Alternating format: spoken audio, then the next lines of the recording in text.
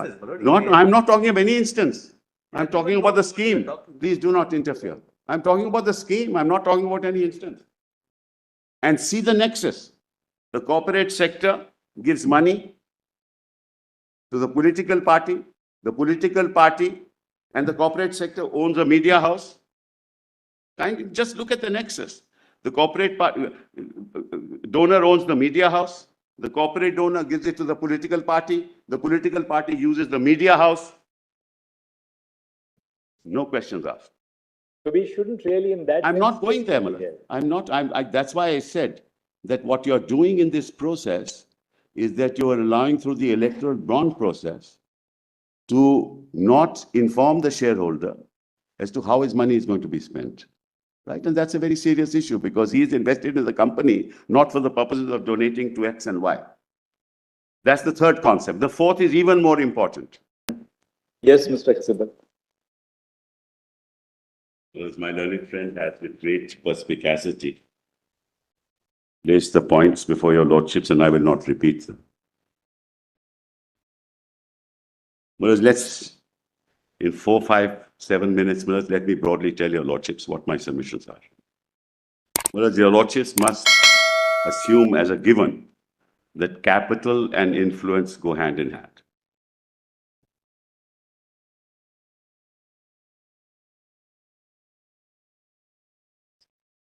In fact, under the very concept of a market economy, capital symbolizes power.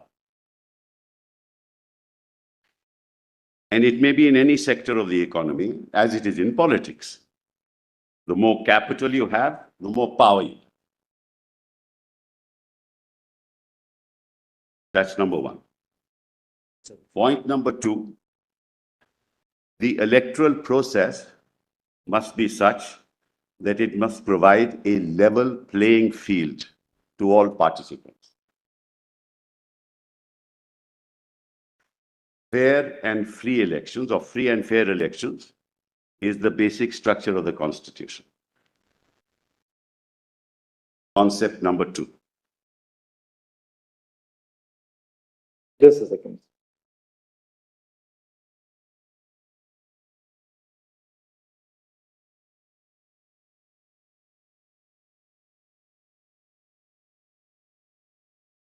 Yes. Concept number three, the moment you allow the corporate sector to donate, whether with transparency or without transparency, I'll come to that a little later, it is inconsistent with the concept of a corporate sector which is in the business of doing business.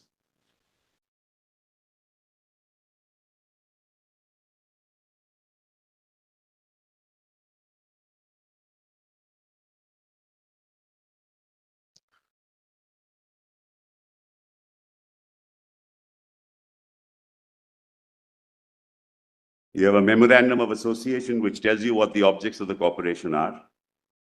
The shareholders put in their money to ensure that the corporation functions within the framework of the memorandum of association. Now you give the power through an amendment of this nature to allow shareholders' money to be used inconsistent with the memorandum of the association. It's a very serious issue. And without consultation and without the consent of the shareholder.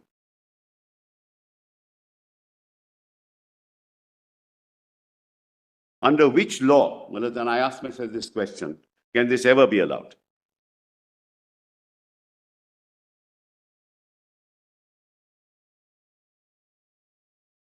I buy shares in a company. It may be listed, it may not be listed. Well, just one caveat, Mr. Sibal, which is that we are not here on the challenge to the legality of a law providing for corporate donations per se. That wider issue is not before us. I agree. But for the reason that's what Justice Chagla flagged, Chief Justice Chagla flagged even in 1958.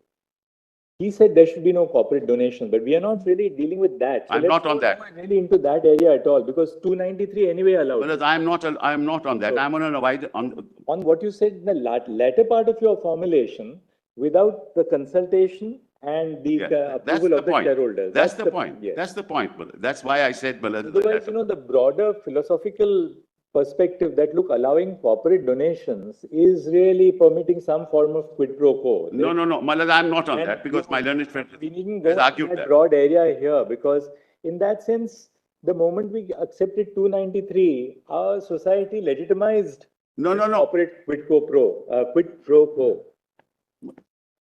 Malad,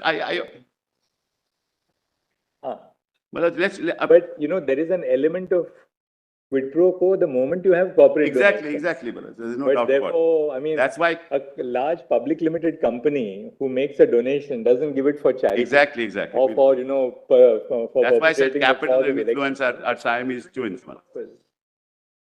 So we shouldn't really, in that I'm sense, not going there, really Malad. help. I'm not. That's why I said that what you're doing in this process is that you're allowing through the electoral bond process to not inform the shareholder as to how his money is going to be spent. Right? And that's a very serious issue because he is invested in the company, not for the purposes of donating to X and Y. That's the third concept. The fourth is even more important. This is nothing to do with the electoral bonds, if you ask me. It is donation to a political party to use the funds as they like.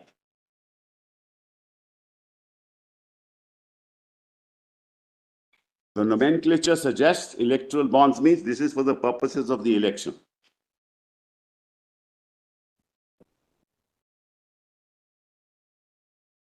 There is nothing in the scheme.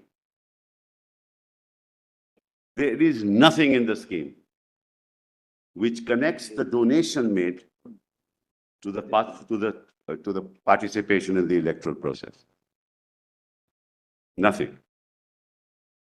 It is a means for political parties to be enriched.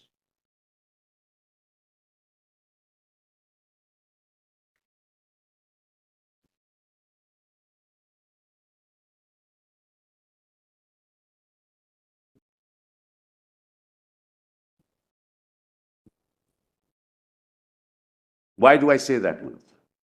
I make a donation of 10 crores to a political party through an electoral bond. The political party opens a current account and 10 crores goes into that account. Now that political party can actually give that money to the mainstream media channel and say, you propagate my ideology. Or give a present to somebody. Or do what you want to do with it. There are no spending requirements. None, zero. That's the most serious issue. Because you can spend this money any way you like. You can build your offices. You can build your offices all over the country with that money. You can set up a whole internet network throughout the country with that money. You can use advertising campaign for whatever you like with that money. Show your face 20 times a day. And see the nexus. The corporate sector gives money to the political party. The political party and the corporate sector owns a media house. And just look at the nexus. The corporate donor owns the media house. The corporate donor gives it to the political party. The political party uses the media house. No questions asked. Constitutional argument. Going on some No. personal instances. I'm not talking of any instance. I'm talking about the scheme. Please do not interfere. I'm talking about the scheme. I'm not talking about any instance. That's the law. But This is, of course, hopefully it is. Yeah, of course. I thought we were sitting before 5 judges. Now, let's kindly have a look at volume 4 and PDF 142. These are FAQs, Malad, that were asked where the scheme was from the SBI. 142. 140. Yeah, first I'll show you, Malad, 138.